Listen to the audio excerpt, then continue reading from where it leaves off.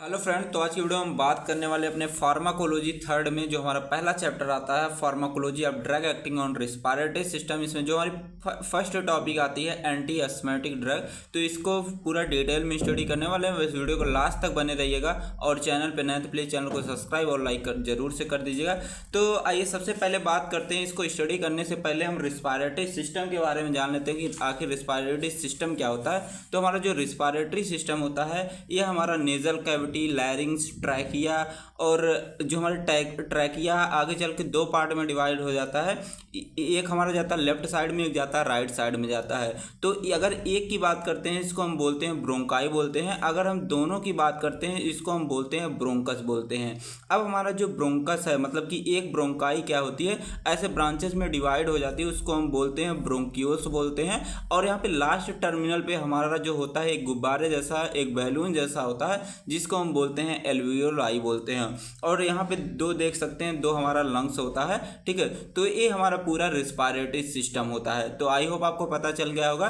तो हमारा जो यहाँ पे पहला चैप्टर दिया गया है फार्माकोलॉजी ऑफ ड्रग एक्टिंग और रिस्पायरेटरी सिस्टम, तो आखिर ये क्या होता है। जब मान लेते हैं कि हमारे इस रिस्पायरेटरी सिस्टम में अगर कोई भी प्रॉब्लम्स हो जाती है, जैसे यहाँ पे प्रॉब्लम्स जैसे ब्रोंकाइटिस हो जाती है, मतलब कि अगर ब्रोंकाई में इन्फ्लामेशन हो जाता है, अस्थमा हो जाता है, सीओपीडी हो जाता है या तो नेजल कंजेशन हो जाता है, तो ये सारी प्रॉब्लम अगर रिस्पायरेटरी सिस्टम में हमारे होता है तो इसको ठीक करने के लिए जो हम ड्रग देते हैं, जो मेडिसिन देते हैं, उसी को हम बोलते हैं drug acting on respiratory system, ठीक है। तो आई होप आपको समझ में आ गया होगा। तो यहाँ पे डिफिनेशन लिखा गया है, these drug which act on the respiratory system and treat respiratory problem. एक ऐसी ड्रग जो क्या करती है, रिस्पायरेटरी प्रॉब्लम को ट्रीट करती है, उसी को हम बोलते हैं pharmacology of drug acting on respiratory system. तो यहाँ पे मैंने बना के बता दिया कि मान लीजिए कि हमारी रिस्पायरेटरी प्रॉब्लम जैसे अस्थमा, सीओपीडी,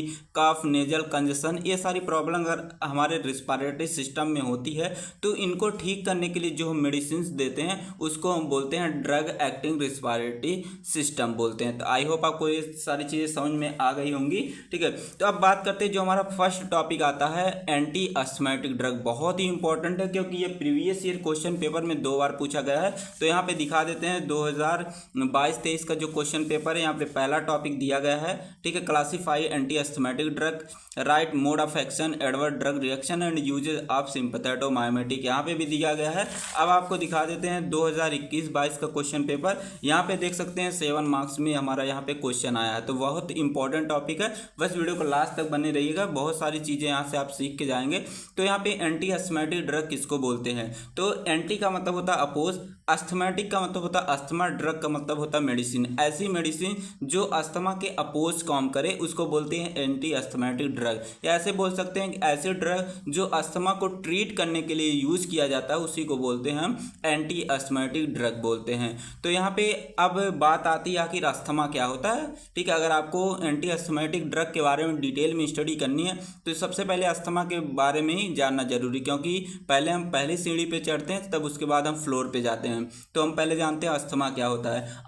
अस्थमा एक ऐसी कंडीशन होती है जब हमारी जो एयर वे होती है, एयर वे में जैसे मैंने आपको दिखाया है एयर वे, अगर इनमें कोई भी इन्फ्लामेशन हो जाता है, कोई स्वेलिंग आ जाती है, ठीक है, या तो यहाँ पे कोई कंजेशन हो जाता है, ठीक है, तो क्या होता है एक्स्ट्रा म्यूकस यहाँ से प्रोड्यूस होने लगता है, जिसकी वजह से क्या होता है कि सांस लेने में हमें प्रॉब्लम होने लगती है। उस कंडीशन को हम बोलते हैं अस्थमा बोलते हैं। तो यहाँ पे देखते हैं ये हमारा लंग्स है, मैंने डायग्राम से बना लिया, इसी को थोड़ा जूम आउट करते हैं। इसकी हमने जो ब्रोंकाई है, सॉरी ब्रोंकस है, उसी को थोड़ा जूम आउट करके हमने देखा है। ये नॉर्मल ब्रोंकस है, ये हमारी है अस्थमा के कंडीशन में। तो यहाँ पे देखते हैं यहाँ पे कोई भी इन्फ्लामेशन नहीं है, ठीक है, नॉर्मल है, मतलब कि यहाँ से आसानी से जो सांस है आ जा सकती है, कोई प्रॉब्लम नहीं हो रहा। लेकिन यहाँ पे देखते हैं अस्थमा के कंडीशन में, यहाँ पे देख सकते हैं सॉइलिंग आ गई है और यहाँ पे देख सकते हैं कंजेशन आ गया है, ठीक है। यहाँ पे तो पहले पूरी तरीके से हवा जाती थी, लेकिन यहाँ पे क्या हो गया, कंजेशन हो गया है, कॉन्ट्रैक्ट हो गई है, इसलिए यहाँ पे जो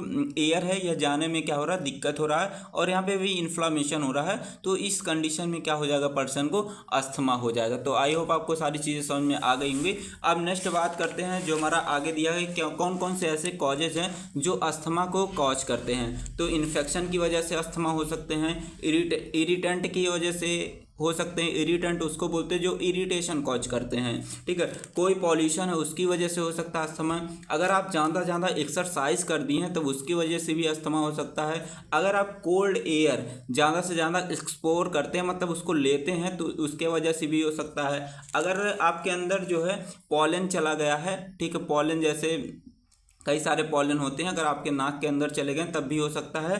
स्मोकिंग करते हैं तब भी हो सकता है, और अगर डस्ट में आप जाते हैं तब भी आपको हो सकता है। कौन कौन से सिम्टम दिखते हैं जैसे आप पहचान सकते हैं कि पर्सन को अस्थमा हुआ है? उसको ज़्यादा से ज़्यादा कफिंग होगी, उसको घबराहट होगी, मतलब वीजिंग होगी, ठीक है, सांस लेने में उसको प्रॉब्लम होगी, उसके चेस्ट पे टाइटनेस फील होगा, और उसकी जो ब्रीथिंग है वह क्या हो जाएगी, शॉर्ट हो जाएगी।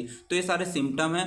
अब बात करते हैं टाइप ऑफ अस्थमा के। तो अस्थमा जो होता है हमारा दो तरीके का होता है। एक हमारा होता है एक्सटेंसिक अस्थमा होता है, एक हमारा होता है इंट्रिंसिक अस्थमा होता है। जो हमारा एक्सटेंसिक अस्थमा होता है इसको हम बोलते हैं एलर्जिक अस्थमा बोलते हैं। एलर्जिक अस्थमा इसलिए बोलते हैं क्योंकि ये एलर्जन के थ्रू कॉज होता है। एलर्जन जैसे हमारे हो गए डस्ट पार्टिकल हो गए, पॉलन हो गया, पॉल्यूशन हो गया, ये सब हमारे क्या करते हैं, एक्सटेंसिक अस्थमा कॉज करते हैं। तो ये सारे जो हमारे यहाँ पे फैक्टर दिख रहे हैं ये सारे हमारे क्या हैं, आउटसाइड फैक्टर हैं जो हमें क्या कर रहे हैं, हमें अस्थमा कॉज कर रहे हैं, उसी को बोलते हैं एक्सटेंसिक अस्थमा बोलते हैं। तो यहाँ पे ये ज़्यादातर जो होता है बच्चों में होता है, ठीक है। अब दूसरा हमारा जो आता है इंट्रिंसिक अस्थमा, ठीक है। इंट्रिंसिक अस्थमा जो होता है इसको नॉन एलर्जिक अस्थमा बोलते हैं। नॉन एलर्जिक अस्थमा इसलिए बोलते हैं क्योंकि यह किसी एलर्जन के द्वारा कॉज नहीं होता है। ये क्या होता है, आउटसाइड जो फैक्टर होते हैं, जैसे हो गया एक्सरसाइज हो गया, स्ट्रेस हो गई, इलनेस हो गया, वेदर में चेंजेस हो गया, इसके द्वारा जो अस्थमा कॉज होता है उसको बोलते हैं हम इंट्रिंसिक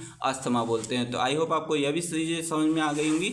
अब बात करते हैं पैथोफिजियोलॉजी, आखिर अस्थमा कैसे हमें होता है, ठीक है। तो आपको यहाँ पे समझा देते हैं डायग्राम की हेल्प से।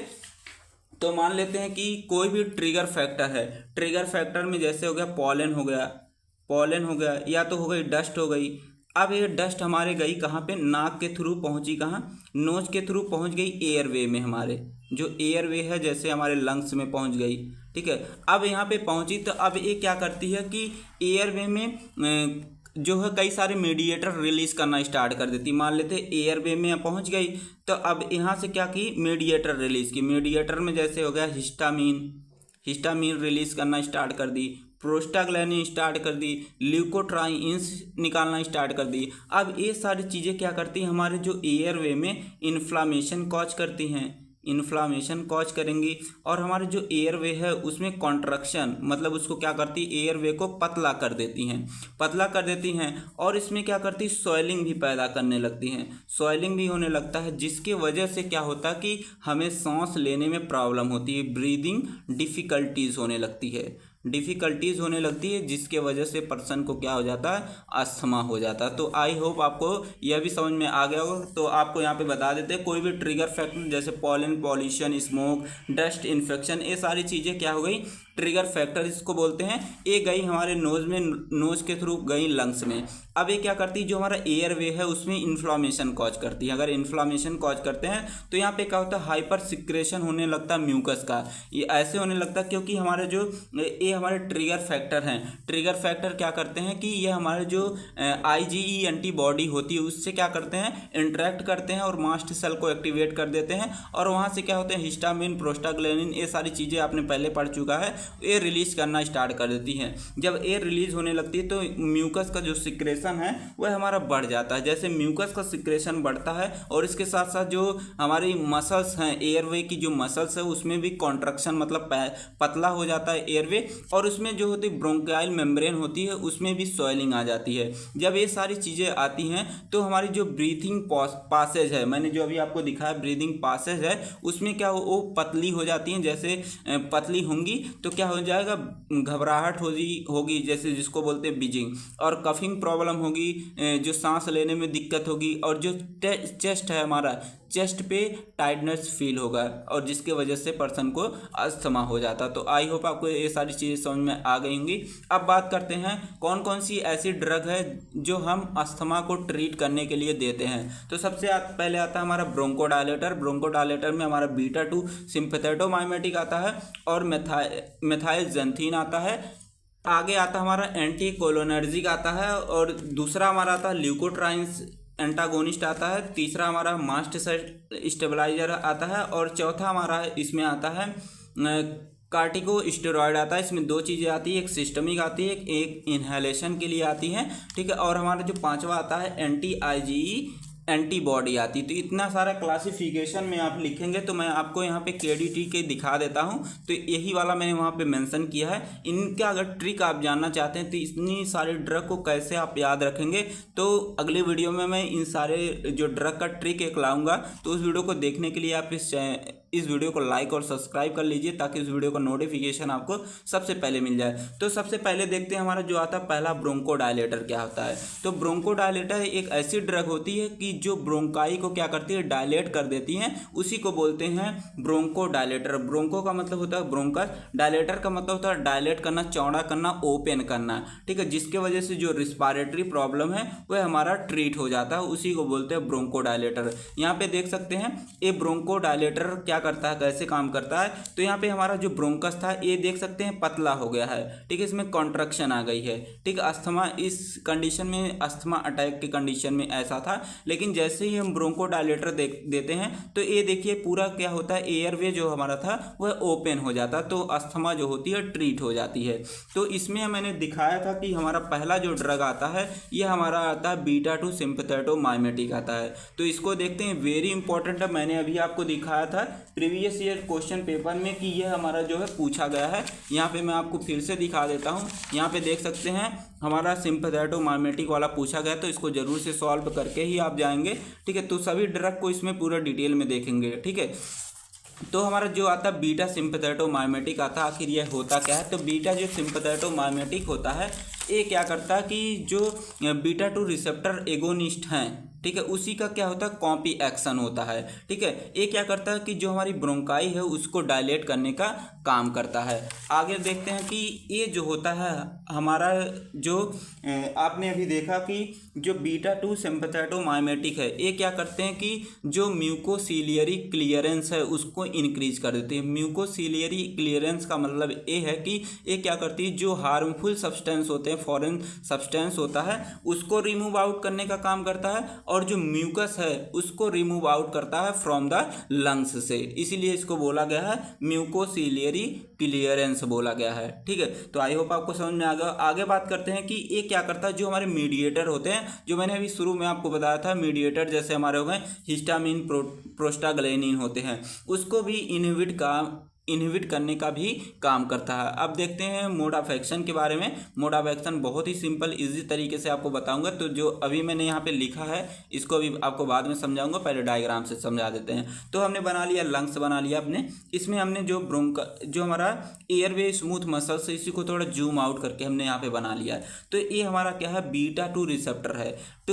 तो हमारा क्या हो, जैसे ही बीटा-2 सिंपैथेटोमाइमेटिक जो ड्रग है जिसमें हमारा सॉल्ब्यूटामॉल, ये सारी जो ड्रग्स आती हैं, ठीक है, जैसे ही क्या करेंगी, इस बीटा रिसेप्टर से बाइंड करेंगी, तो क्या होगा कि जो हमारा एडेनाइल साइक्लेज है, जो एक तरीके का हमारा एंजाइम है जिसको हम AC बोल रहे हैं, तो ये हमारा एक्टिवेट हो जाएगा, और हमारा ATP से साइक्लिक AMP का जो प्रोडक्शन है इसका प्रोडक्शन बढ़ जाएगा। जैसे इसका प्रोडक्शन बढ़ता है तो क्या होता है कि जो हमारा स्मूथ मसल्स है यहाँ पे रिलैक्सेशन होने लगेगा। रिलैक्सेशन जब होने लगेगा, भैया मैंने अभी आपको बताया था कि हमारा जो एयरवे था वह हमारा क्या हो जाएगा, वह हमारा ओपन हो जाएगा। पहले तो इस तरीके से था, कॉन्ट्रैक्ट था।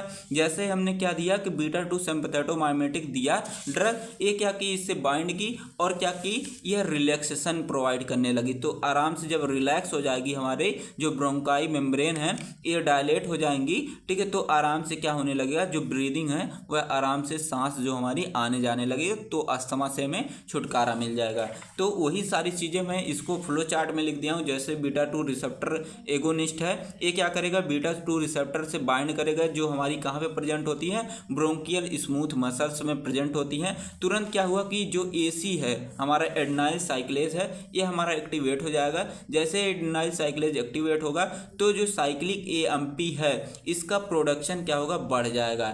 जैसे इसका प्रोडक्शन बढ़ेगा तो क्या होगा कि जो हमारे मीडिएटर्स थे, मीडिएटर मतलब जैसे प्रोस्टाग्लैंडिन, हिस्टामिन, ल्यूकोट्राइन्स, इनका जो होगा, इन सभी मीडिएटर जो है रिलीज इनका डाउन हो जाएगा, डिक्रीज हो जाएगा। जैसे ये सारी चीज़ें डाउन हो जाएंगे तो क्या हो जाएगी कि हमारे स्मूथ मसल्स में क्या हो जाएगा, रिलैक्सेशन बढ़ जाएगा, तो हमें अस्थमा से छुटकारा मिल जाएगा। तो आई होप आपको ये सारी चीज़ें समझ में आ गई होंगी। अब इसमें आता सबसे पहला जो हमारा ड्रग आता सॉल्ब्यूटामॉल आता, बहुत ही इंपॉर्टेंट है, सारे ड्रग बहुत इंपॉर्टेंट है। ठीक है, तो आइए देखते हैं सॉल्ब्यूटामॉल क्या होता है। तो सॉल्ब्यूटामॉल जो होता है इसको हम अल्ब्यूट्रॉल के नाम से भी जानते हैं, तो दूसरे नाम से भी पूछ सकता है। तो हमारा जो सॉल्ब्यूटामॉल होता है यह शॉर्ट एक्टिंग होता है और बीटा टू एडर्जिक रिसेप्टर एगोनिस्ट होता है, जो क्या करता है कि जो ब्रोंकोस्पाज्म है उससे हमें रिलीफ दिलाता है। मतलब कि ये क्या करता है कि जो ब्रोंकाई है, ठीक है, उसको डायलेट करने का काम करता है और अस्थमा को ट्रीट करता है। और जो हमारा सॉल्ब्यूटामॉल होता है यह इनहेल्ड किया जाता है, ठीक है, और यह 5 मिनट के ही अंदर क्या करता है, जो ब्रोंकाई होती है उसको डायलेट करने का काम करता है। ठीक है, तो आई होप आपको यह समझ में आ गया होगा। और इसका जो एक्शन है यह 2 से 4 घंटे तक रहता है। अब बात करते हैं इसके साइड इफेक्ट के बारे में। इसका साइड इफेक्ट यही है कि यह नोजिया कॉज करता है, वॉमिटिंग हो जाती है इसके वजह से, हेडेक होने लगता है, मसल्स पेन होने लगती है, बोन पेन होने लगता है, बैक पेन होने लगता है, इरेगुलर हार्ट बीट हो जाती है, ठीक है, और हमें जो टेस्ट है वह हमें बैड फील होने लगता है और थ्रोट में इरिटेशन होने लगता है। ये सारे साइड इफेक्ट हैं। अब बात करते हैं इसके मेटाबॉलिज्म के बारे में। मेटाबॉलिज्म में यही लिखेंगे कि यह जो मेटाबोलाइज होता है गट में होता है, मतलब जीआईटी में होता है, और इसकी जो ओरल बायोअवेलेबिलिटी होती है 50% होती है। ठीक है, अब बात करते हैं ड्यूरेशन ऑफ एक्शन के बारे में। तो जो सॉल्ब्यूटामॉल है इसका ड्यूरेशन ऑफ एक्शन जो होता है 4 से 6 घंटे तक होता है। और इसके डोज के बारे में बात करते हैं, अगर 2 से 4 mg आप इसको ओरली ले सकते हैं, और इसको 0.25 से 5 mg मतलब IM और SC सबक्यूटेनियस ले सकते हैं, और जो होता है 100 से 200 माइक्रोग्राम इसको इनहेल आप कर सकते हैं। ठीक है, अब बात करते हैं जो दूसरा ड्रग आता है टर्ब्यूटालिन। तो टर्ब्यूटालिन जो होती है ये हमारी सिमिलर एक्शन शो करती है सॉल्ब्यूटामॉल की तरह ही। इसका डोज की बात करते हैं तो 5 mg इसको ओरली लेते हैं, 0.25 mg जो होता है इसको IP और सबक्यूटेनियस लेते हैं। ठीक है, IP का फुल फॉर्म हमने लिख दिया है, और 250 माइक्रोग्राम इसको हम इनहेल कर सकते हैं। अब बात करते हैं बम्ब्यूट्रॉल के बारे में। ठीक है, बहुत ही शानदार मैंने ट्रिक बनाया, तो उस ट्रिक वाली वीडियो को जरूर से देखिएगा, आपको मज़ा आ जाएगा। ठीक है, तो हमारा जो बम्ब्यूट्रॉल होता है यह क्या करता है, एक प्रो ड्रग होती है। प्रो ड्रग उसको बोलते हैं जो बॉडी में जाने के बाद एक्टिवेट होती है, इसको प्रो ड्रग बोलते हैं। यह हमारी टर्ब्यूटालिन की प्रो ड्रग होती है, और ये क्या करती है, जो bronchial asthma, chronic bronchial asthma है उसको ट्रीट करने के लिए यूज़ किया जाता है। इसका जो डोज है, इवनिंग डोज है 10 से 20 mg इसको ओरली आप ले सकते हैं। अब अगला आता है सॉल्मेट्रॉल, जो हमारी ड्रग है। सॉल्मेट्रॉल जो होती है फर्स्ट लॉन्ग एक्टिंग ड्रग है, बहुत ही इंपॉर्टेंट है, फर्स्ट लॉन्ग एक्टिंग और बीटा 2 एंटागोनिस्ट ये हमारी ड्रग होती है। ठीक है, इसका जो ऑनसेट ऑफ एक्शन होता है यह स्लो होता है, लेकिन यह लंबे समय तक हमारे बॉडी में काम करती रहती है। ठीक है, तो आई होप आपको यह समझ में आ गया होगा। और जो हमारा सॉल्मेट्रॉल है ज़्यादातर यह कॉम्बिनेशन फॉर्म में आता है। कॉम्बिनेशन किसके साथ होता है, जो स्टेरॉयड होते हैं उसके साथ यह कॉम्बिनेशन फॉर्म में आती है, और इसको ज़्यादा से ज़्यादा इनहेल किया जाता है। अब अगली जो हमारी ड्रग आती है फॉर्मेट्रॉल। ठीक है, यह भी हमारे एक तरीके की लॉन्ग एक्टिंग ड्रग है, और ये क्या करती है, बीटा 2 एगोनिस्ट ड्रग है, और इसका जो ड्यूरेशन ऑफ एक्शन होता है, ठीक है, यह 12 आवर तक होता है जब इसको हम इनहेल करते हैं। ठीक है, और बात करते हैं कंपेयर सॉल्मेट्रॉल के, तो इसका जो एक्शन है वह बहुत ही फास्टर होता है, 10 मिनट के अंदर ही अपना एक्शन शो करना शुरू कर देता है। अब आपने अभी तो देख लिया जो हमारा सिंपैथेटोमाइमेटिक में इतनी सारे ड्रग थे, इन्हीं को देख लिया। अब बात करते हैं जो हमारा मेथाइलजेंथीन आता है, इसके बारे में देखते हैं। यह भी हमारा क्या करता है, एक ब्रोंकोडायलेटर है जो ब्रोंकाई को डायलेट करने का काम करता है। तो हमारा मेथाइलजेंथीन यहाँ पे दिया गया, इसका हम यूज़ जो होता है अस्थमा को ट्रीट करने के लिए यूज़ करते हैं, और इसके साथ साथ COPD को भी ट्रीट करने के लिए यूज़ करते हैं। अगला टॉपिक जो होगा हमारा COPD हमारे सिलेबस में दिया गया है, उसी को हम डिस्कस करेंगे। ठीक है, अगर आपने ये वीडियो देखा तो आपको जो दूसरी वीडियो आने वाली COPD के लिए, तो वह आपके लिए बहुत ही ईजी हो जाएगी, यही सारी ड्रग उसमें पढ़नी है। ठीक है, तो हमारा जो मेथाइलजेंथीन है, इसमें एक पॉइंट याद रखेंगे, वेरी इंपॉर्टेंट है। ये क्या करता है, जो हमारा PDE है, जिसको बोलते हैं फास्फोडाइस्ट्रेज एंजाइम, इसी को इनहिबिट कर देता है, जिससे क्या होता है कि जो ब्रोंकियाल स्मूथ मसल्स है उसमें क्या हो जाता है, रिलैक्सेशन आ जाता है, जिसे अस्थमा और COPD को ट्रीट किया जाता है। तो आइए इसके मोड ऑफ एक्शन के बारे में देखते हैं। अगर पिछला वाला मोड ऑफ एक्शन देखा आपने तो ये आपके लिए बहुत ईजी हो जाएगा। तो यहाँ पे देखते हैं हमने पूरा जो रेस्पिरेटरी सिस्टम बना लिया। इसी को थोड़ा जो हमारा जूम आउट, इसी को लंग्स को करके देखते हैं। तो ये हमारा एयरवे जो स्मूथ मसल्स मैंने बना लिया है। ठीक है, तो देखते हैं, मैंने बताया था कि बीटा 2 रिसेप्टर होता था हमारा, एडेनाइल साइक्लेज से हमारा ATP से साइक्लिक AMP बनता था। और यहाँ से एक चीज़ आपको याद रखना है, साइक्लिक AMP से जो हमारा AMP बनता है प्रेजेंस ऑफ PDE, जिसको बोलते हैं फास्फोडाइस्ट्रेज एंजाइम, इसके प्रेजेंस में हमारा इसमें चेंज होता है। ठीक है, तो हमारा जो एडेनिन मोनोफॉस्फेट बोलते हैं, इसका फुल फॉर्म लिख लीजिएगा, इसको साइक्लिक एडेनिन मोनोफॉस्फेट बोलते हैं। तो यह इसमें चेंज होता है, तो इसकी कंसंट्रेशन क्या हो जाती है, थोड़ा कम हो जाती है, जिसके वजह से क्या होता है, कंट्रक्शन होने लगता है। जैसे ही क्या करते हैं हम मेथाइलजेंथीन देते हैं, तो ये क्या करता है, जो PDE एंजाइम है इसी को क्या करेगा, इनहिबिट कर देगा। ठीक है, इसी को क्या करेगा, इनहिबिट कर देगा। तो हमारा जो साइक्लिक AMP से AMP हमारा बनेगा नहीं, तो हमारा जो साइक्लिक AMP है इसका कंसंट्रेशन बढ़ जाएगा। जैसे इसका कंसंट्रेशन बढ़ता है तो स्मूथ मसल्स में क्या होने लगता है, रिलैक्सेशन होने लगता है और अस्थमा ट्रीट हो जाता है। तो वही सारी चीज़ें यहाँ पे लिखा गया है। जैसे मेथाइलजेंथीन देते हैं, ये क्या करता है, जो फास्फोडाइस्ट्रेज एंजाइम उसी को इनहिबिट कर देता है। तो हमारा जो है साइक्लिक AMP वह ज़्यादा से ज़्यादा इंक्रीज हो जाता है इसका कंसंट्रेशन, और फिर क्या होता है कि जो स्मूथ मसल्स है उसमें रिलैक्सेशन आ जाता है। तो ये सारी चीज़ें यहाँ से लिख लीजिए।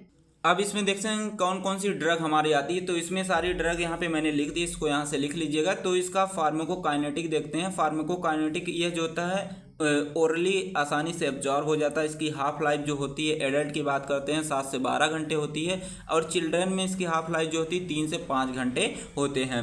यह हमारा जो एक्सक्रीटेड होता है यूरिन के थ्रू, यह एक्सक्रीट आउट हो जाता है, और यह मेटाबोलाइज होता है, लीवर में होता है, और यह लीवर में मेटाबोलाइज होता है by the help of demethylation oxidation के थ्रू यह लीवर में मेटाबोलाइज होता है। अब इसका देखते हैं एडवर्ड ड्रग रिएक्शन, मतलब साइड इफेक्ट देखते हैं। तो यह हाइपर टेंशन कॉज करता है, हेडेक कॉज करता है, नर्वनेस फील होने लगता है इसके लेने की वजह से, जो मेथाइलजेंथीन है, नोजिया होने लगती है, GIT में इरिटेशन होने लगता है, जो मार्जिन सेफ्टी जो है वह नैरो हो जाती है, और जो मस्कुलर टोन है वह भी हमारा इंक्रीज कर जाता है। तो ये सब ADR इसके हैं।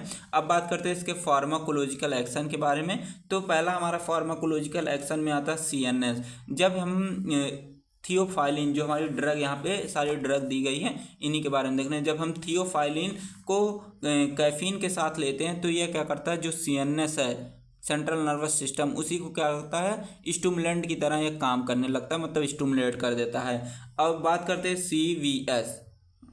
ठीक है, अगर हम मेथाइलजेंथीन को जो हमारा मेथाइलजेंथीन है यह डायरेक्टली स्टिमुलेट कर देता है, जो हमारी हार्ट है इसको स्टिमुलेट कर देता है, और इसके साथ साथ जो मायोकार्डियल कॉन्ट्रैक्शन है उसको भी इंक्रीज कर देता है। अब बात करते हैं किडनी में। ठीक है, जो हमारा मेथाइलजेंथीन है यह क्या करता है, मिल्ड डायोटिक की तरह भी काम करता है, और ये क्या करता है, जो ट्यूबुलर रीअब्जॉर्प्शन है, ठीक है, मतलब सोडियम और वाटर का रीअब्जॉर्प्शन भी इनहिबिट करने का काम करता है। ठीक है, और इसके साथ साथ जो रीनल ब्लड फ्लो है उसको भी इंक्रीज करने का काम करता है।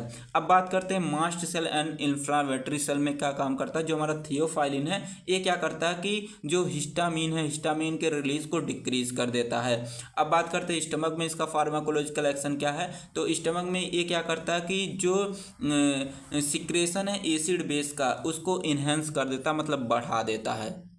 अब अगली इसमें जो क्लासिफिकेशन आता है हमारा एंटी कोलिनर्जिक के बारे में। ठीक है, आपने इन दोनों के बारे में देख लिया, अब इसके बारे में देखते हैं। जो हमारा एंटी कोलिनर्जिक है यह भी हमारा एक तरीके का ब्रोंकोडायलेटर इफेक्ट शो करता है। ठीक है, मतलब कि ये ब्रोंकाई को डायलेट करने का काम करता है। और ये क्या करता है, जो हमारे M3 रिसेप्टर हैं इसी पे ये काम करता है, मतलब इसी को इनहिबिट कर देता है। ठीक है, जब इसको इनहिबिट कर देता है तो जो हमारा इन्फ्लामेशन है, म्यूकस सिक्रेशन हमारे एयर में वह हमारा डिक्रीज हो जाता है, जिससे हमें अस्थमा को ट्रीटमेंट प्रोवाइड हो जाता है। ठीक है, तो इसमें ड्रग के बारे में कौन कौन सी ड्रग है मैंने एग्जांपल यहाँ पे लिख दिया है, आइप्राट्रोपियम ब्रोमाइड और थियोट्रोपियम ब्रोमाइड। तो दो ड्रग मैंने यहाँ पे मेंशन की है, दो ही ड्रग हमारे KDT में दिया गया है। अब इसके नॉर्मली मोड ऑफ एक्शन के बारे में बात करते हैं। तो ये क्या करते हैं, जब हमारा जो कोलिनर्जिक न्यूरोट्रांसमीटर है यह बाइंड करता है हमारे M3 रिसेप्टर से। ठीक है, तो इसको आपको डायग्राम की हेल्प से मैं बता देता हूँ। तो इसमें देखते हैं कि हमारा जो है, जैसे ये हमारा है कोलिनर्जिक न्यूरोट्रांसमीटर, ये बाइंड करेगा जैसे M3 रिसेप्टर से, तुरंत हमारा जो फास्फोलाइपेज C है ये हमारा एक्टिवेट हो जाएगा।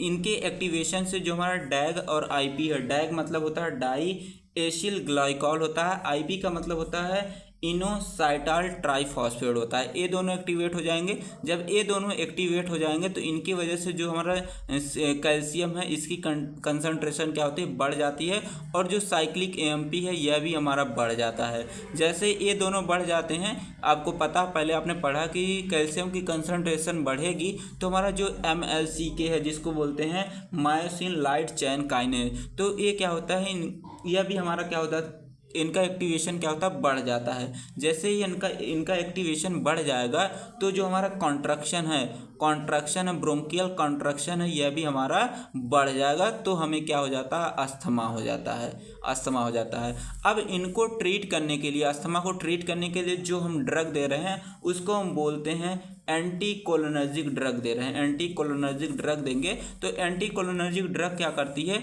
इसी के जगह पे जाके बाइंड कर देगी। जैसे ही इसकी जगह पे बाइंड हो जाएगा तो हमारा जो कोलिनर्जिक न्यूरोट्रांसमीटर है ये यहाँ पे बाइंड नहीं हो पाएगा, तो ये सारी चीज़ें हो नहीं पाएंगी। जितनी सारी चीज़ें हुई तो क्या हो जाएगा, स्मूथ मसल्स में रिलैक्सेशन हो जाएगा, तो अस्थमा क्या हो जाएगा, ट्रीट हो जाएगा। तो यही सारी चीज़ें यहाँ पे लिखी गई हैं, पहले मैंने नॉर्मली लिख के बता दिया कैसे कैसे सारी चीज़ें होती हैं।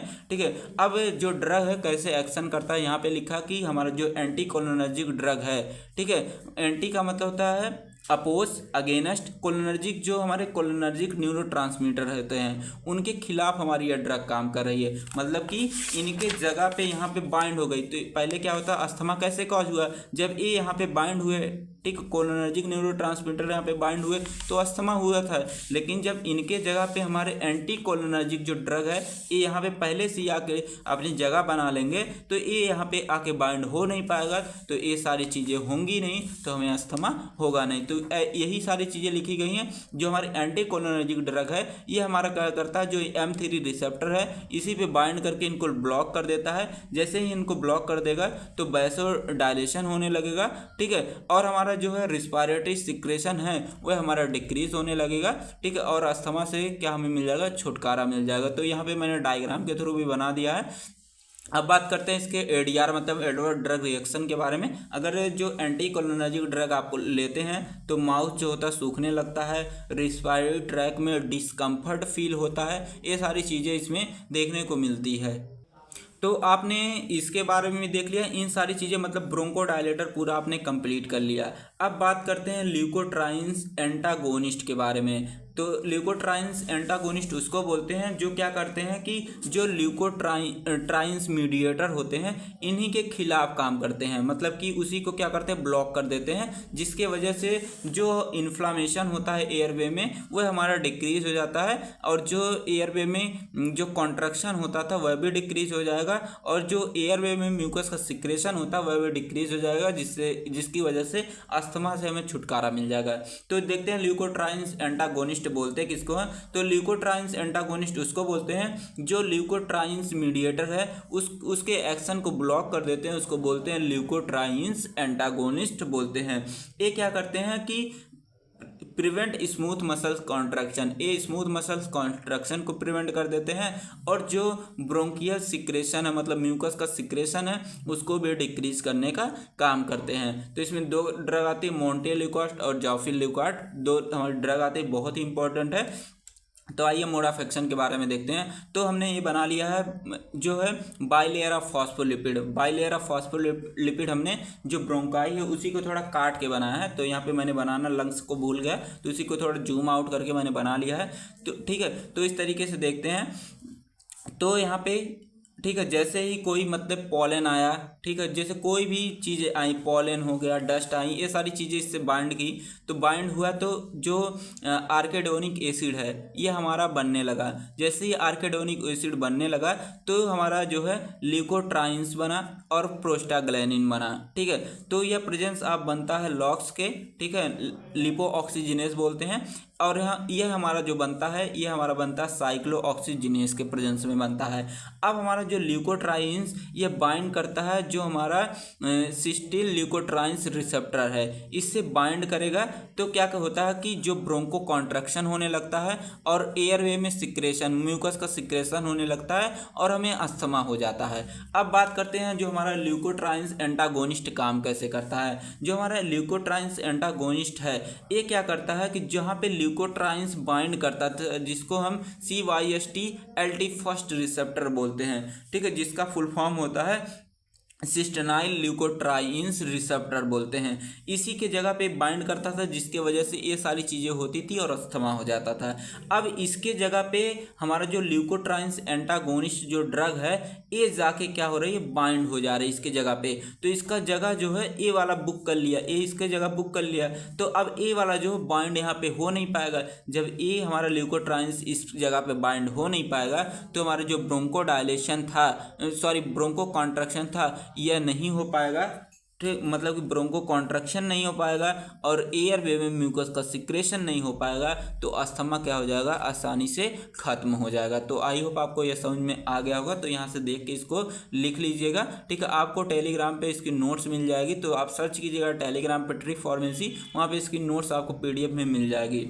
अब बात करते हैं जो मैंने यही सारी चीज़ें मैंने बताई कैसे कैसे काम करता, वही मैंने यहाँ पे लैंग्वेज में बना के लिख दिया कि ल्यूकोट्राइन्स एंटागोनिस्ट क्या करता है, जो हमारा सिस्टेनाइल ल्यूकोट्राइन्स रिसेप्टर है मतलब कि इससे बाइंड कर लेगा तो और इसको ब्लॉक कर देगा, ठीक है, ल्यूकोट्राइन्स के एक्शन को ब्लॉक कर देगा, तो जो म्यूकस का सिक्रेशन होने लगेगा वह भी डिक्रीज हो जाएगा और जो ब्रोंको कॉन्ट्रैक्शन होने लगेगा वह हमारा डायलेशन में बदल जाएगा। तो आई होप आपको यह समझ में आ गया होगा। तो यहाँ पे इसके ड्रग के बारे में देख लेते हैं, मोन्टेल्यूकास्ट और ज़ोफिल्यूकास्ट के बारे में। जो हमारे मोन्टेल्यूकास्ट होता है यह रैपिडली जो होता है एब्जॉर्ब हो जाता है। इसकी जो ओरल बायोबिलिटी होती है 60 से 70% होती है और यह होता है जो हाईली प्लाज्मा प्रोटीन बाउंडेड होता है, मतलब 99% जो होता है प्लाज्मा प्रोटीन से बाइंड होता है और यह मेटाबोलाइज होता है हेपेटिक जो सेल्स होती है CYP3A4 और जो CYP2C9 जो होता है सेल इसी से मेटाबोलाइज होता है और इसकी जो हाफ लाइफ होती है 3 से 6 घंटे होती है। अब जो ज़ोफिल्यूकास्ट है यह भी जो रैपिडली एब्जॉर्ब हो जाता है, इसकी बायोबिलिटी जो है ओरल बायोबिलिटी 90% होती है। यह भी जो होता है 99% जो होता है प्लाज्मा प्रोटीन बाउंडेड होता है। यह मेटाबोलाइज होता है CYP2C9 जो सेल्स है इसके थ्रू और इसकी जो हाफ लाइफ है वह 10 आवर्स होती है। तो कभी 2 मार्क्स में आ जाते हैं तो आप इसको करके चले आइएगा, फुल मार्क्स मिल जाएगा। यूजेस के बारे में बात करते हैं। जो मोन्टेल्यूकास्ट ज़ोफिल्यूकास्ट है इसका जो एलर्जिक रेनिटिस होती है उसको ट्रीट करने के लिए यूज़ किया जाता है और जो एलर्जिक अस्थमा है उसको ट्रीट करने के लिए इसका हम यूज़ करते हैं। अब बात करते हैं इसके एडवर्स ड्रग रिएक्शन के बारे में। हेडेक होने लगता है इसको लेने से, स्किन में रैशेस दिखने लगते हैं और स्नोपीलिया हो जाती है, ये सारे एडवर्स ड्रग रिएक्शन इसके हैं। अब बात करते हैं जो हमारा अगला आता है, ठीक है, ये भी आपने देख लिया, ये तो आपने पहले ही देख लिया था। अब देखते हैं मास्ट सेल स्टेबलाइजर, जो मास्ट सेल को स्टेबलाइज कर देती हैं, ठीक है, उसी को बोलते हैं मास्ट सेल स्टेबलाइजर बोलते हैं, इसको शॉर्ट फॉर्म में MCS बोलते हैं, ठीक है। तो ये क्या होती है, जो मास्ट सेल स्टेबलाइजर होती हैं एक तरीके की एंटी इन्फ्लामेटरी एजेंट होती है। एंटी इन्फ्लामेटरी का मतलब है जो इन्फ्लामेशन को कम करती है उसको बोलते हैं एंटी इन्फ्लामेटरी। ठीक है, तो ये कैसे काम करती है, ये इनहिबिट कर देती है डीग्रेनुलेशन ऑफ मास्ट सेल। तो अभी आपको दिखाते हैं कैसे डीग्रेनुलेशन होता है यहाँ पे।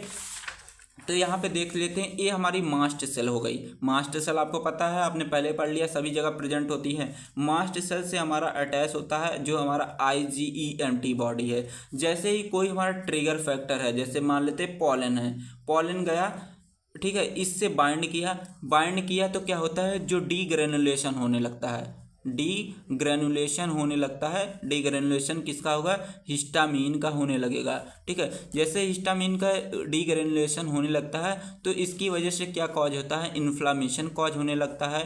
ठीक है, और इन्फ्लामेशन, ईचिंग होने लगती है, ये सारी चीज़ें होने लगती है, एलर्जी होने लगती है, ये सारी चीज़ें होने लगती है। ठीक है, जैसे ही हम देंगे mast cell stabiliser, mast cell stabiliser देते हैं तो ये क्या करता है, स्टेबलाइज कर देता है किसके, डीग्रेनुलेशन को, इसके डीग्रेनुलेशन को ही इनहिबिट कर देगा। तो मतलब हिस्टामिन ना तो रिलीज हो पाएगा यहाँ पे, ना तो इन्फ्लामेशन होगा, ना तो ईचिंग होगी, ना तो एलर्जी होगी। तो और क्या हो जाएगा, इनकी वजह से जो अस्थमा था उसका ट्रीटमेंट हो जाएगा। तो आई होप आपको समझ में आ गया होगा। अभी आपको आगे इसको डिटेल में बताते हैं। तो एग्जांपल समझ लेते हैं कौन कौन सी ड्रग है, यहाँ पे मैंने लिख दिया है। ठीक है, इसमें मास्ट सेल स्टेबलाइजर में कौन कौन सी आती हैं। ठीक है, तो इसमें अगला पॉइंट देखते हैं, they are not a bronchodilator. ये ब्रोंकोडायलेटर नहीं होती हैं, मतलब ये ब्रोंकाई को डायलेट नहीं करती हैं। ये सिर्फ क्या करती हैं, जो इन्फ्लामेशन होता है उसी को कम करता है। ठीक है, यह कैसे कम करता है, जो हिस्टामीन है उसी के डीग्रेनुलेशन को इनहिबिट कर देता है। ठीक है, यह ज़्यादातर जो होता है एक्सटेंसिव अस्थमा के लिए यूज़ किया जाता है। अब इसके मोड ऑफ एक्शन के बारे में देख लेते हैं। जो हमारा ये है, ठीक है, जो हमारा रिस्पायरेटरी ट्रैक है, इसी को थोड़ा जूम आउट करके देखते हैं। तो ये मेम्ब्रेन देखते हैं, जो जिसको हम सीलिया बोलते हैं। ठीक है, ये इसको सीलिया बोलते हैं। ठीक है, तो ये हमारे ब्रोंकियाल मेम्ब्रेन हमने बना लिया। जैसे ही ब्रोंकियाल मेम्ब्रेन से कोई भी एंटीजन, जैसे मान लेते हैं पॉलन हो गया, ठीक है, पॉलन अभी मैंने ढेर सारे बताए थे। ठीक है, पॉलन, पॉल्यूशन, ये सारी चीज़ें जैसे ही इससे बाइंड करेंगी, बाइंड जैसे ही करेंगे तो हमारी मास्ट सेल क्या होती हैं, एक्टिवेट हो जाती हैं, एक्टिवेट हो जाएंगी। तो ये हमारे जो एंटीजन हैं, ये हमारे मास्ट सेल के ऊपर पाया जाता है IgE एंटीबॉडी, आपने पहले पढ़ लिया है। इससे बाइंड करेगा तो क्या होने लगेगा, डीग्रेनुलेशन होने लगेगा। ठीक है, डीग्रेनुलेशन किसका होगा, हिस्टामीन का डीग्रेनुलेशन होने लगेगा। तो यहाँ से रिलीज होने लगेंगे मीडिएटर, मीडिएटर का मतलब जिससे हमारे हो गए हिस्टामिन हो गए, ल्यूकोट्राइन्स हो गए, PAF जिसको हम बोलते हैं प्लेटलेट एक्टिवेटर फैक्टर। तो अभी मैंने इस सारी चीज़ों को यहाँ पे लिख दिया है। ठीक है, ये सारी चीज़ें रिलीज होने लगेगी। अब इनकी वजह से क्या होने लगेगा, इन्फ्लामेशन होने लगेगा और अस्थमा हो जाएगा। अब क्या देते हैं हम, जो मास्ट सेल स्टेबलाइजर देते हैं। मास्ट सेल स्टेबलाइजर क्या करता है, इसी के डीग्रेनुलेशन के, मतलब हिस्टामिन के डीग्रेनुलेशन को ही रोक देगा। ठीक है, जैसे ही डीग्रेनुलेशन रुक जाएगा तो जो मीडिएटर है, मतलब histamine, leukotrienes, platelet activator factor जो हैं, ये सारी चीज़ें रिलीज नहीं हो पाएंगी। जब ये सारी चीज़ें रिलीज नहीं होंगी तो हमारे जो ब्रोंकाई, वहाँ पे कोई भी इन्फ्लामेशन नहीं होगा और हमें अस्थमा नहीं होगा। तो वही मैंने लैंग्वेज में कन्वर्ट करके लिख दिया कि एंटीजन क्या करता है। एंटीजन में जैसे डस्ट, पॉलन, ये बाइंड करता है IgE एंटीबॉडी से। ठीक है, तो बाइंड जैसे करेगा तो हमारा एंटीजन और एंटीबॉडी कॉम्प्लेक्स बन जाएगा। ठीक है, तो हमारा जो मास्ट सेल है वो हमारे एक्टिवेट हो जाएंगी और यहाँ से हिस्टामिन के जो जितने सारे मीडिएटर हैं उसका डीग्रेनुलेशन होने लगेगा और वहाँ से मीडिएटर रिलीज होने लगेंगे, जैसे हिस्टामिन, PAF, ल्यूकोट्राइन्स, ये सारे रिलीज होने लगेंगे, इन्फ्लामेशन कॉज करेंगे, जिनकी वजह से अस्थमा हो जाएगा। जैसे ये हम देते हैं मास्ट सेल स्टेबलाइजर देते हैं तो ये क्या करता है, मास्ट सेल डीग्रेनुलेशन को ही क्या करता है, रोक देता है। जब मास्ट सेल डीग्रेनुलेशन को रोक देगा तो ये सारे मीडिएटर रिलीज नहीं हो पाएंगे, तो ना तो इन्फ्लामेशन होगा ना तो अस्थमा होगा। ठीक है, तो आई होप आपको समझ में आ गया होगा। यूजेस के बारे में बात करते हैं तो ब्रोंकियल अस्थमा में इसका यूज़ करते हैं, एलर्जिक रेनिटिस में इसका यूज़ करते हैं और एलर्जिक कंजक्टिवाइटिस में भी इसका यूज़ करते हैं। इसके ADR के बारे में देखते हैं तो कफ एक कॉज करता है, इरिटेशन कॉज करता है, डाइजीनेस फील होने लगता है, नोजिया कॉज करता है। तो ये सारी चीज़ें आप यहाँ से लिख लीजिएगा। अब बात करते हैं जो हमारी अगली ड्रग आती है, इसमें आता हमारा कार्टिकोस्टेरॉइड आता है, ठीक है, इसके बारे में देखते हैं। तो इसमें सिस्टमिक एक इन्हेलेशन आता है, ठीक है, इनको देखेंगे। तो कॉर्टिकोस्टेरॉइड जो होता है इसको हम स्टेरॉइड भी बोलते हैं। यह भी हमारा क्या होता है, एक तरीके का एंटी इन्फ्लामेटरी एजेंट होता है जो इन्फ्लामेशन को कम करता है, इन्फ्लामेशन को ट्रीट करता है, उसी को बोलते हैं हम एंटी इन्फ्लामेटरी बोलते हैं। तो यही सारी चीज़ें यहाँ पे लिखी गई हैं, तो इसको यहाँ से लिख लीजिएगा। अब बात करते हैं इसके मोड ऑफ एक्शन के बारे में। अगर पहला वाला आपने देखा तो ये वाली सारी चीज़ें समझ में आ जाएंगी। जैसे ही क्या करते हैं, कोई भी जैसे एंटीजन है, एंटीजन जैसे ही बाइंड करेगा जो हमारा प्लाज्मा मेम्ब्रेन है, जो हमारा फास्फोलिपिड का बाइलेयर है, इससे जैसे ही बाइंड करेगा आर्किडोनिक एसिड बनने लगेगा, जिसके वजह से क्या होगा, जो प्रोस्टाग्लैंडिन है, PAF है जिसका फुल फॉर्म अभी मैंने बताया था, प्लेटलेट एक्टिवेटर फैक्टर, ये हमारे यहाँ से एक्टिवेट हो जाएंगे, ल्यूकोट्राइन्स एक्टिवेट हो जाएंगे, जिनकी वजह से क्या होने लगेगा, इन्फ्लामेशन और अस्थमा हो जाएगा, ठीक है। पिछले वाले मैंने डिटेल में बताया, यहाँ पे थोड़ा शॉर्ट में बता दिया, ठीक है। जैसे हम क्या देते हैं, कार्टिकोस्टेरॉइड देते हैं, तो ये हमारा आर्किडोनिक जो एसिड बन रहा था, ये हमारा फास्फोलाइपेज A2 के प्रेजेंस में बन रहा था। जैसे ही हम कार्टिकोस्टेरॉइड देते हैं, ये क्या करता था, इसी एंजाइम को इनहिबिट कर देगा। जैसे ही ये एंजाइम इनहिबिट हो जाएगी, ना तो हमारा आर्किडोनिक एसिड बन पाएगा, ना तो PGS बन पाएगा, PAF ना बन पाएगा, ल्यूकोट्राइन्स ना बन पाएंगे। जब ये सारी चीज़ें बनेंगे ही ना तो इन्फ्लामेशन होगा, ना तो हमें अस्थमा होगा। तो इस तरीके से ये काम करती है। तो वही चीज़ें मैंने लैंग्वेज में कन्वर्ट करके लिख दिया, तो यहाँ से इसको लिख सकते हैं। आगे बात करते हैं हम। तो अभी मैंने बताया था कि ये दो तरीके के होते हैं, एक तो इनहेल किया जाता है, एक तो सिस्टमिक दिया जाता है। तो पहले देखते हैं दोनों क्या होते हैं।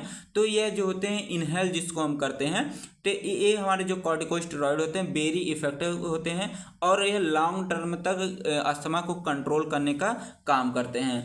और यहाँ पे भी मैंने लिख दिया कि ये मोर इफेक्टिव होते हैं। ये हमेशा बीटा-2 जो एगोनिस्ट होते हैं इसके कॉम्बिनेशन के साथ में इसको लिया जाता है और लॉन्ग एक्शन प्रोड्यूस करता है। ये इसके जो साइड इफ़ेक्ट होते हैं बहुत कम होते हैं एज़ कम्पेयर टू सिस्टमिक वाले के, ठीक है। इसका जो यूज़ होता है एक्यूट अस्थमा में इसका यूज़ किया जाता है। अब बात करते हैं सिस्टमिक कॉर्टिकोस्टेरॉइड के बारे में। ये सीवियर क्रोनिक अस्थमा में इसका यूज़ किया जाता है। ये क्या करता है, जो एयरवे में अगर इन्फ्लामेशन हो गया है उसको क्या करता है, रिड्यूस कर देता है। और जो होता है इसके कुछ सीवियर साइड इफ़ेक्ट देखने को मिलते हैं। इसमें जो ड्रग आती है इनहेलेशन कॉर्टिकोस्टेरॉइड में, मैंने यहाँ पे लिख दिया है, ठीक है। इसमें 4 ड्रग आती है और इसमें टोटल हमारी 2 ड्रग्स आती हैं। अब बात करते हैं इन दोनों के ADR के बारे में। अगर इन सबको लेते हैं, पेप्टिक एपेटाइट होने लगती है, मतलब सॉरी इंक्रीज एपेटाइट मतलब भूख बढ़ जाती है, ठीक है। देखते हैं आप अगर कोई स्टेरॉइड लेता है, ठीक है, उसकी भूख बहुत ज़्यादा बढ़ जाती है,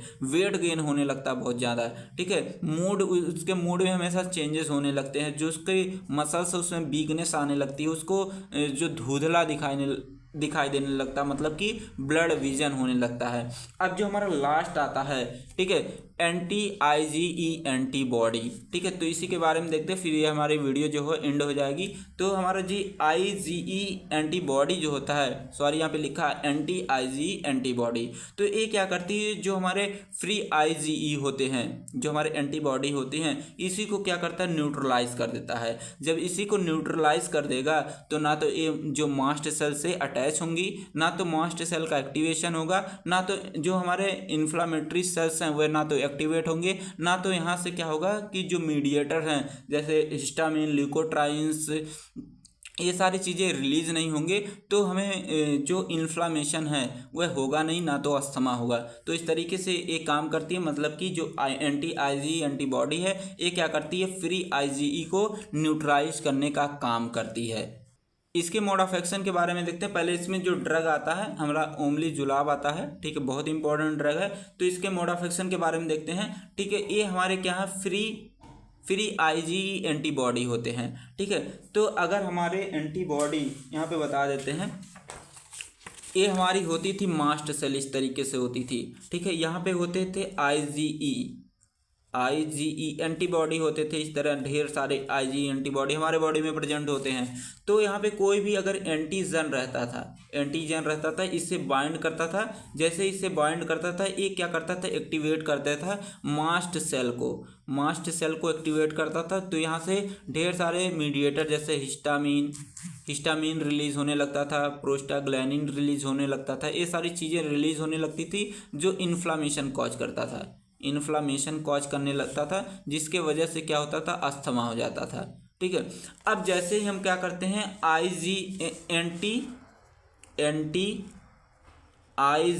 एंटीबॉडी देते हैं। जैसे ही बॉडी देते हैं, ये क्या करता है, इन्हीं की अटैचमेंट को रोक देता है।